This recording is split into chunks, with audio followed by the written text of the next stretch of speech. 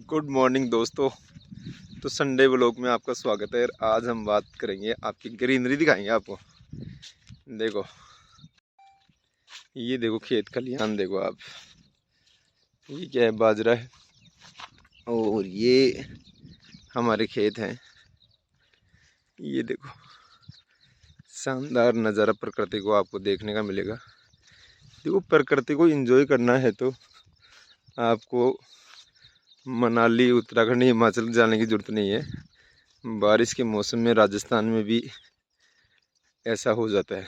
ठीक है, अगर हम हमारे स्टेट को भी अच्छी तरह घूम ले, एंजॉय कर ले, तो ये देखो, ये हमारी भैंस है।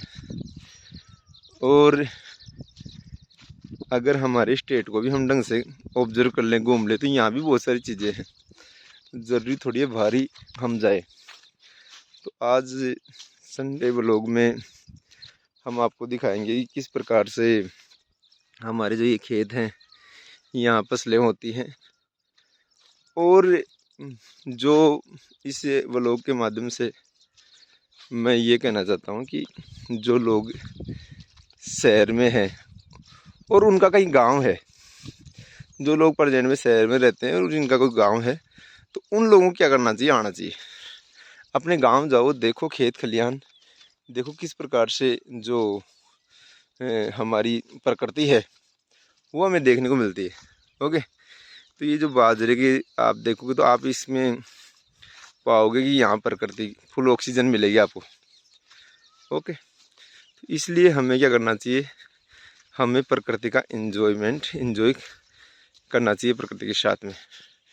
और आज संडे था, थोड़ा कोर्ट नहीं गए, थोड़ा सा इंस्टीट्यूशन नहीं गए, इसलिए चलो मैंने कहा कि घूम के आते हैं। तो इसलिए हम क्या, मैं ही घूमने आया हुआ हूँ अकेला ही। आपको बताइए कि खुद की कंपनी बेस्ट कंपनी होती है।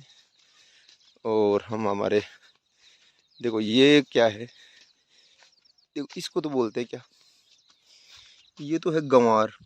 गंवार की फली आपने खाई होगी।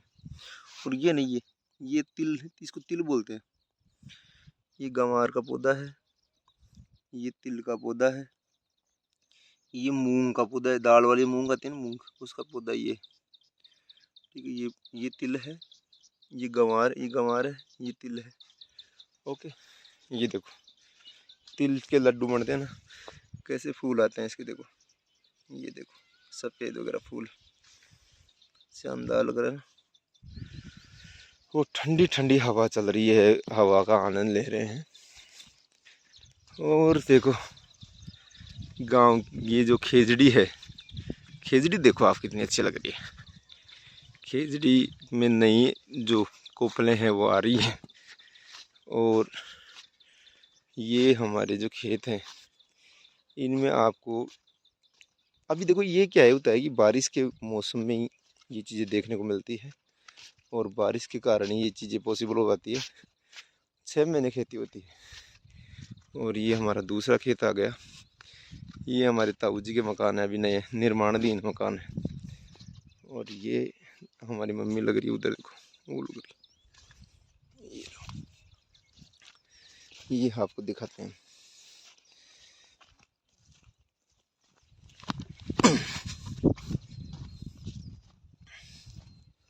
ये देखो दोस्तों, बाजरा।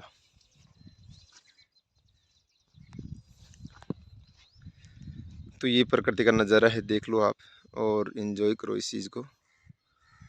ये लो, शानदार ना।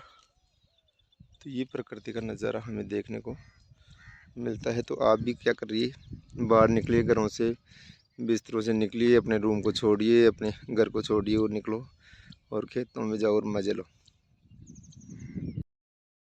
दरिया हो या पहाड़ हो, टकराना चाहिए।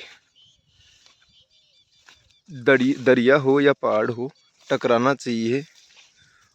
और जब तक सांस ना टूटे, जिए जाना चाहिए। जब तक सांस ना टूटे, जिए जाना चाहिए। और अगर कोई ना हो टकराने को, अगर कोई ना हो टकराने को, तो खुद से भी उलझ जाना चाहिए।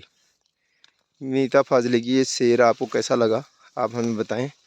और हम आपको दिखाते हैं सूरजमुखी का फूल। तो ये देखो दोस्तों, इसको बोलते हैं सूरजमुखी। और जिधर सूरज होता है ना उधर इसका मुंह होता है। ओके, ये सूरजमुखी है और ये बेल है।